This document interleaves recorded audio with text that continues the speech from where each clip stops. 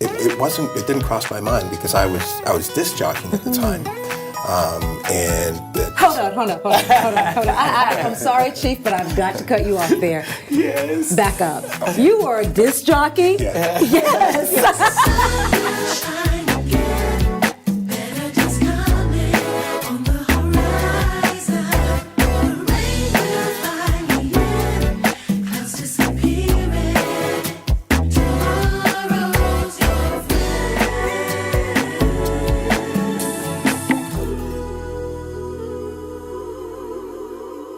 Hello, everyone, and welcome to the Sweet Spot. Woo! I tell you, babe, I don't know about you, but for some reason today I feel protected. Oh, yes. I feel a little safer here in the Sweet Spot. What about you? Do you feel? You know what? Protection and safety, right, sort of gives that impression of love. I know, right? And I have to tell you, we love our guest today. I tell you, because I'm really feeling like we are in the sweet spot. We are in the sweet spot today. We are really There's no in the doubt sweet about spot it. today. So why don't you explain to people who we have and why it's so important to you with your family?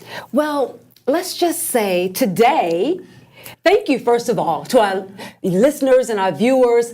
Thank you for tuning in today to the Sweet Spot. We're so As grateful always, for you. we But appreciate today, you. I'm really excited because we have a very special guest in the Sweet Spot. We have joining us here in the Sweet Spot. Let's see. How can I say this, honey? Chief? Hail to the chief. Chief Mark Saunders is here in the Sweet Spot today. Chief, we want to welcome you to the Sweet Spot. As you can see, we are very excited to have you here in the Sweet Spot. Yeah, and there's so much love for you. And I tell you specifically for me, right? Diane has her own story. She'll explain that in a minute. But for me, I played in the PAL Football League. And PAL stood for Police Athletic League. And so the police officers were all of our coaches as kids, from 8 years old right up to high school. All of our coaches were police officers. They were role models, and I grew up in a single parent family, and a lot of times they were some of the strongest male role models that I had a chance to see as a kid, and giving the time and the interest. And Diane has her own story. So why don't you tell me? Yeah, and for me, my family, both of my brothers, I have two brothers. I come from a big family, 8 kids, and both of my brothers are police officers. Oh, excellent. They serve and protect, and my older brother has been in the police force for over 30 years now. Nice. So he's going to be retiring soon. So I have a really, when I say sweet spot for the police, I really do, because, it's in my blood, and I have family that are police, and I just love it. There's such respect for police for me. So thank you for being here in the Sweet Spot. Thank you both for having me here. I was glad that you invited me to come here. All right. Well, we have a little show today that we're going to do, and as a part of this, we want to ask you right up front. Can we keep you around for a second show? You have time for that? I know you have a busy schedule. Okay. So this is going to be a 2-part. So we're going to tell people that now so that they know this is a 2-part series, and because we just can't get enough of you. And it's a long drive for me from Toronto to here, so let's make the most out of it. All right. Excellent. Excellent. All right. Good. Very Excellent. nice. Very Excellent. nice. So, Chief, we just want to simply start by, can you just let our listeners know a little bit about who you are? Who is Mark Saunders, Chief Mark Saunders? And from the beginning, Where'd you grow up? A little bit of your family history, so that we can get to know you a little bit on a personal level. That's a good question, and different people describe me different. If my wife was to answer this question, you get a completely different answer. But your turn, Dustin. Your turn. Okay, I got a minute here. That's good. So I come from a family of 6. I have three sisters and 2 brothers. Large family as well. So my parents are Jamaican. 3 of the kids were born in Jamaica. The other 3 were born in Manchester, England. So I was 5 of 6. I was the youngest boy. I have a younger sister. Right. And we grew up in England. Wow. So from England, we moved to Montreal when I was 5, 6. And then from Montreal, we moved into a small town called Milton. Oh, So yes. a lot of my growing up right through high school was through Milton. And from there, I joined the police service, and then I haven't left the city since then. So, Wow. But the interesting piece, I guess, would be I do come from a family of athletics. My oldest sister, she ran for Jamaica in the 72 Olympics. Oh, wow. Yeah, for middle distance, and she set world records. And Wow. then she became a Canadian citizen, ran for Canada in 76. And then in 1980, Oh, my goodness. my brother and my sister had both qualified for the 80 Olympics, but we boycotted because of the Russians invading Afghanistan. Yes. And when you fast forward to now, you think, what's going on? But anyway, Right. so they boycotted. And in the makeup games, my sister set a record. So she probably would have won the gold in 1980. Oh, So, my goodness. yeah. So That's phenomenal. Yeah. Wow. I need to just take all take that all- in right now Yes. because I'm like blown away. Now, can we rewind a little bit? Sure. How long were you in Manchester? About 5 years. About 5 Yeah, years, yeah, just right? 5, yeah. So did you lose all the accent? Can you I do a lost little bit? everything. Can you do a little bit of it?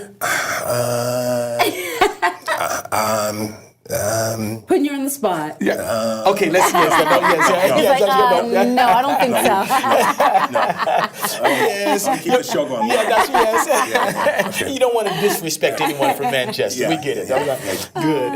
Excellent. So, with this sort of rich DNA in sports, how about you? Did you engage did you in play any sports? sports at all? Yeah. My number one sport was kickboxing. I was wow. I was professional for a number of years. So and I had you were in fights. training for a police officer early. I don't. You know, it's funny. I guess as a young police officer, I would think that way. But as you get older, you realize that the most important tool that you have are your words, right? Yes. So, Right. But I just found I liked individual sports. I did a lot of basketball and volleyball and all of those other events. But I started out taking jiu-jitsu, and from jiu-jitsu I went to boxing, and then somebody came to the gym and spoke about this kickboxing thing. So I got into it, and I got very good at it, and so I just stuck with kickboxing for quite some time. Well, the obvious response to the previous question was, the kickboxing, but it's really the self-control, I think, that sport gives you that really probably gave you the best training, right? Not the physical aspect. You're right. With martial arts, it's what you learn. What it teaches you how to behave outside of the dojo, and you have a lot more confidence, and you find when people have more confidence, they're more relaxed and not as antsy. Absolutely. And aren't willing to. You understand the importance of fighting. Fighting is a sport. And so when you're fighting against another professional, when you put two people in the ring and at the end if they're both standing, they're hugging each other. Right. Because they have respect for one another. And so we take fighting at a different level. So just to fight for the sake of fighting is disrespectful. So it did give that inner strength to feel confident and try to have more conversation and fight, because you knew that you're going to win a fight in the street when you're fighting someone Right, who's not exactly, trained. exactly. Wow, that's really interesting. Now, you say you grew up in Milton. What high school? Because our pastor talks about Milton all the time. And so he should. And I'm telling you, Milton, we hear a lot about Milton, Yeah. So what high school did you attend in Milton? Well, when I was growing up, there was only one high school. It was Milton District High School. Okay. When we first got to Milton, the population was 5,260. Wow. And we were the only black family in Milton at the time. So That's there were some challenges. You really had to learn how to navigate growing up and talk a lot. But it's grown now. It's such a huge community. But back then it was very, very rural. Wow. Okay. Awesome. What is the thing you remember most? The one when you think about your upbringing, right? What's something that you remember most? I always had a mindset of being part of the solution, not the problem. So I remember in grade 8, I went to Martin Street Middle School, and So I became the school president in grade 8 because I wanted to I read that. resolve I was gonna ask about problems, that. right? So you can only resolve problems if you're at the table. So whenever you hear me talking in public a lot about people that are upset and angry, I always tell them, it's important to have that opinion, but if you really want to make that change, whether you like it or not, you got to get to the table. That's so at an early age, I learned that things get done at the table. So in middle school, becoming school president, in high school, becoming school president was something that I was always interested in. So I liked the solution end of things, and I think that was a tool that helped me out throughout my career. Wow. So when you look back and you say, okay, this is my lived experience, right? Can you capture that for us? Because you say you were the first black family, right? Oh yeah. Yeah, and so becoming a president in that environment, right, where you are a very visible minority, right? You're the only minority. Yes. So I didn't know if I was just trying to figure out if by grade 8 and grade 12 if there were more minorities had come in. Right? So I was trying to sort of tiptoe around this. But yes, can you answer the question very directly then? Yes. Eventually, another black family moved in, but that was the deciding vote. It was. It was funny because I always won these things hands down, but it's my parents always taught kids to be proud of who you are. Never be ashamed of who you are. Never be embarrassed. And the more inner confidence you have, you can accomplish anything. And so, when I've got two parents, less than $30,000 a year, looking after 6 kids, that's where strength starts. And so there were some ups and downs. Don't get me wrong. We weren't the Brady Bunch. We had our share of fights. But we respected one another. We respected others. But more important, we respected ourselves. Wow. I know for me, I grew up in a family of 8, as I said earlier. And we didn't have much. We were pretty poor. Yeah. But the fun that we had as siblings, growing up together, and the things and the trouble we got into, those were fun times. Is there anything specific that you and your sisters and brothers used to do as a family that you really enjoyed? Because for me, our family, all of my siblings, we sang. So all of us could sing. So our big thing was getting together and just singing and harmonizing together. And that was so much fun. Was there anything that you guys did together? What was really, really cool back in the day was watching my sister running on TV. Oh, so, wow. that was a very, because you have to understand, back then you only had like 5 or 6 channels, right? Absolutely. I won't name them because they're not endorsing you guys. So, until we're putting money on the table, I won't name them here. Right. But so when they had the Commonwealth Games in New Zealand, and my sister ran the 400 meters, and we're watching this grainy TV, and you're watching it live, and then we're all watching her win the gold, and it's just like just amazing moments. And then of course the bronze in the relay, where she came back from, I think there's 6th place, and she brought it up to 3rd place. Wow. And those moments are really, really binding as a family, and so those are things that I remember the most. And I think a lot of our times really were by the TV. My dad used to love watching boxing, Muhammad Ali, and so then anything that made my dad happy made us happy. So we'd sit down by the TV. We'd sit down at the TV and watch boxing whenever Dad was, because those are the few moments that you'd have him at home, right? Right. That's awesome. 2 Olympians, a police chief. You must have proud parents and 3 other kids. Tell us a little bit about your parents, if you don't mind. Yeah, so my dad is still around. He's 89 years old. Wow. And he's still kicking it really well. Yes. My mother, she passed almost 2 years ago now. And it was just as a result of dementia. And, losing by dementia is tough because you lose them twice, right? That's right. And so That's right. that was a tough journey. But they were strong.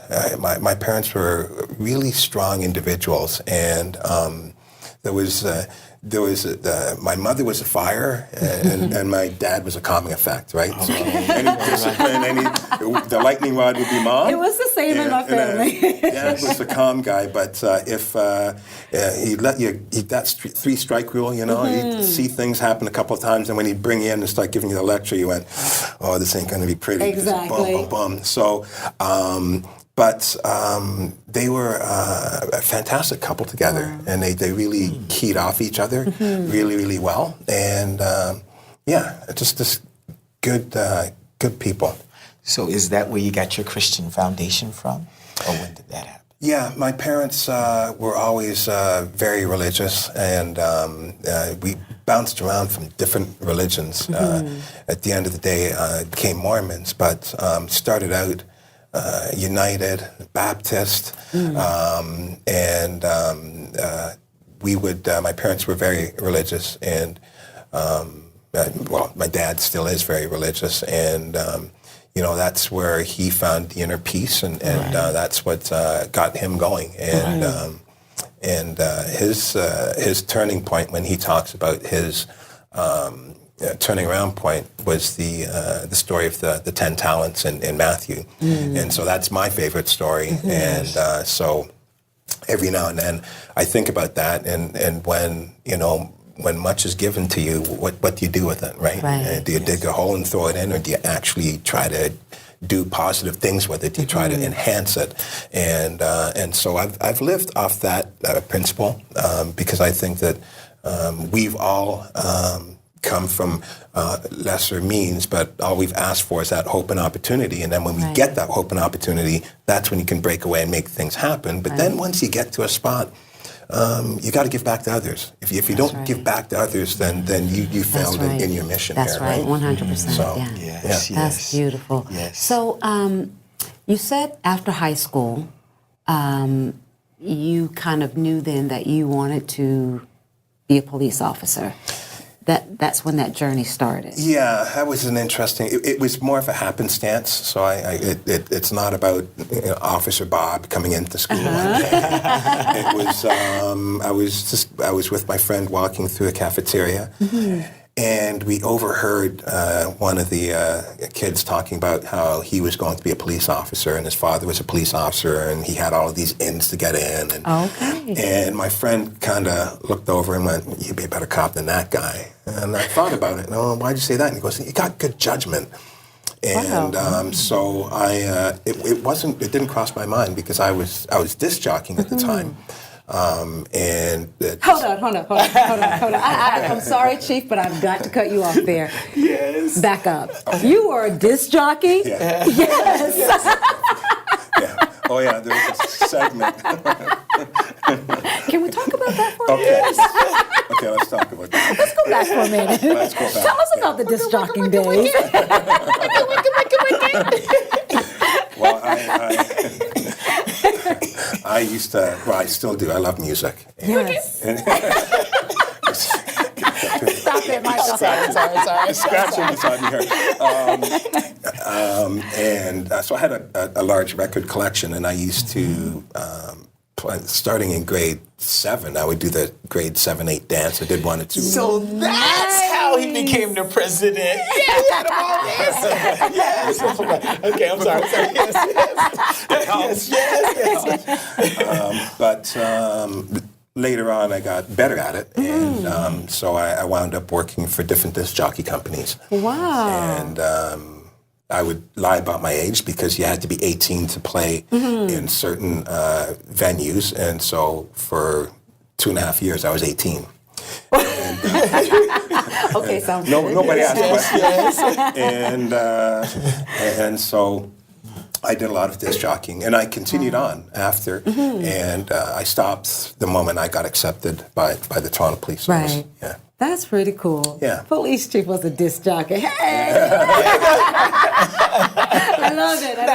Now, do you have a favorite music? Do you have a favorite kind? Or being a DJ, you're just this... I love everything. It depends on the mood. It depends on the environment. When I was trying to get my university degree, I listened to a ton of classical music. But I loved old school R&B, Sometimes I like jazz.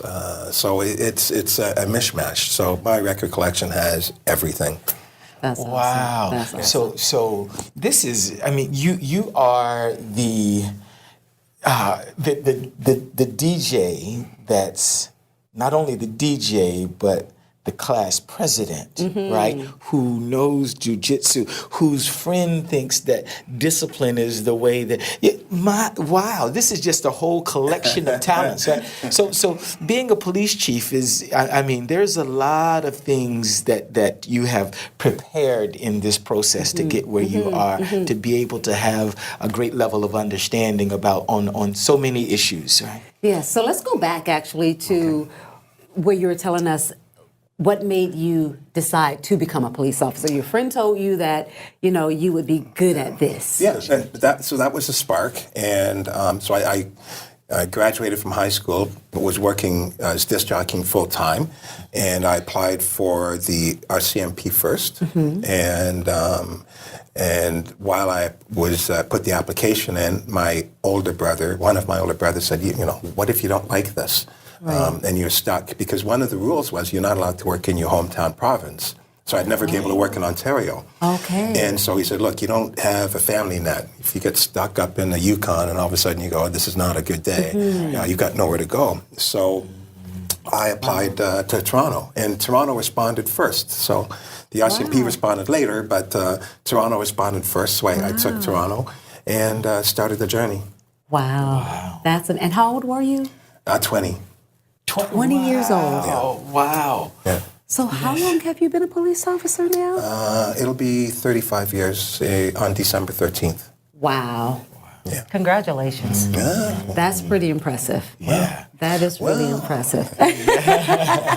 Lots of stories. Now, do you have an interesting story that you can share early? It doesn't have to be anything that's gory. And is there an interesting story early on that sort of either confirmed or challenged your view of whether or not a police officer was where you want to be? Oh, that's going back so far. What I like about policing is the variety. So if you're in a particular area for a while and you start to get tired, if you go somewhere else, it's like a brand new job. Right. Except it's within the same entity of policing. And so it keeps your brain fresh and thinking all the time. So I didn't stay in areas for very long. I always wanted to learn. So the secret for me to help, I guess, reduce the stress was try my best to take every situation as a learning process. Right. And then from that, what did I learn so that I could apply it in the next encounter where you had the same set of circumstances? Because if you put someone in an environment, if you create an environment and you put 10 people in that exact same environment, you're going to get 10 different responses.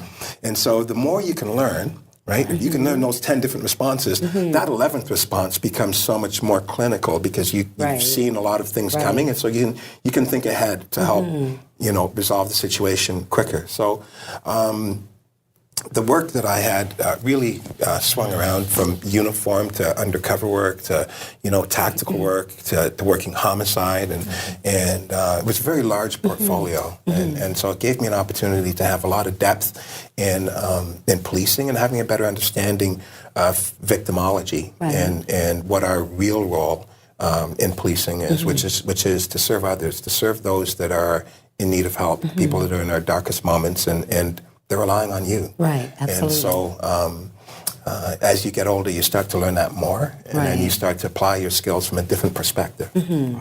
Wow. Now, being a man of faith, has there ever been a time where you've come to a point where there's a conflict of policing and being a Christian?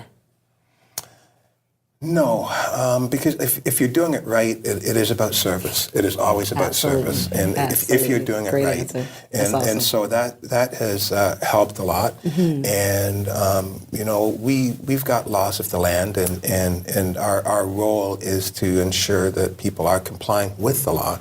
And most of those laws involve either you don't want people to take advantage of other people, or you don't want people to hurt other people, and those are the two standard, I think, themes of law at the end of the day. And so when we come into play, we interrupt that behavior. And so I haven't seen conflict because of, like I said, I've never had the ability to really judge people. That's not what my role is.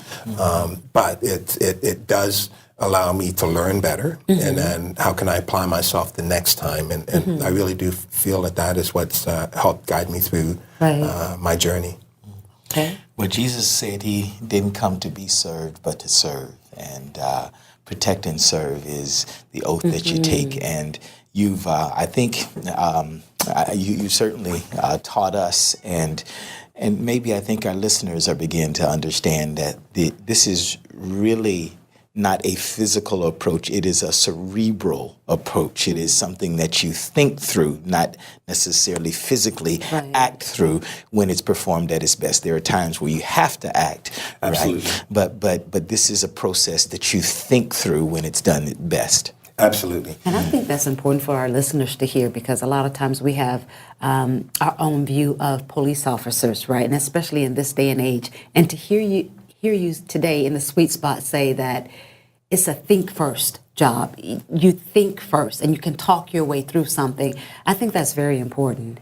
Yeah, that is good. And the ability to communicate, you find that the stronger officers are the ones that have that ability to resolve conflict with dialogue. And you see those officers that can really be incredibly efficient with how they deliver their service. And it becomes a learning process as well, right? Sometimes incarceration is not the best solution. To educate so that they don't repeat that behavior is what you want at the end of the day. Absolutely.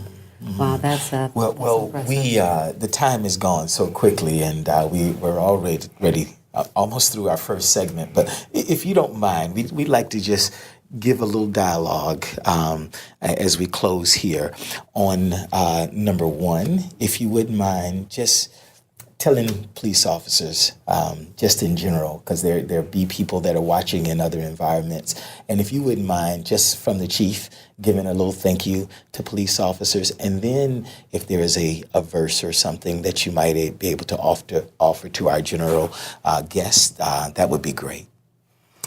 Sure. Policing in today's environment has to be one of the most challenging jobs, one of the most challenging careers and industries that we have that exists. But although there are times when it can feel like it's a thankless job, it's important that the men and women in uniform understand that the vast majority of public think that you're doing a tremendous job. And so I would urge you to continue to do the great work that you are doing and serving those that are in need. And, the golden rule is do unto others as you want done unto them, but the platinum rule is to do unto others as they would want done unto them. So that would be the message that I would pass to them. All right. Excellent. And why don't you hold on to that scripture to the next segment? But we're so excited to have you here, man. Yes, thank you so much for joining us. This was tremendous. This was absolutely amazing. Yes, it just went so fast. And so we're going to hold you back, okay? We're going to do this again. All right. And so you stay tuned for next week, because we're going to do this again. We're going to continue on. So tune in. We'll pretend that next week starts right now.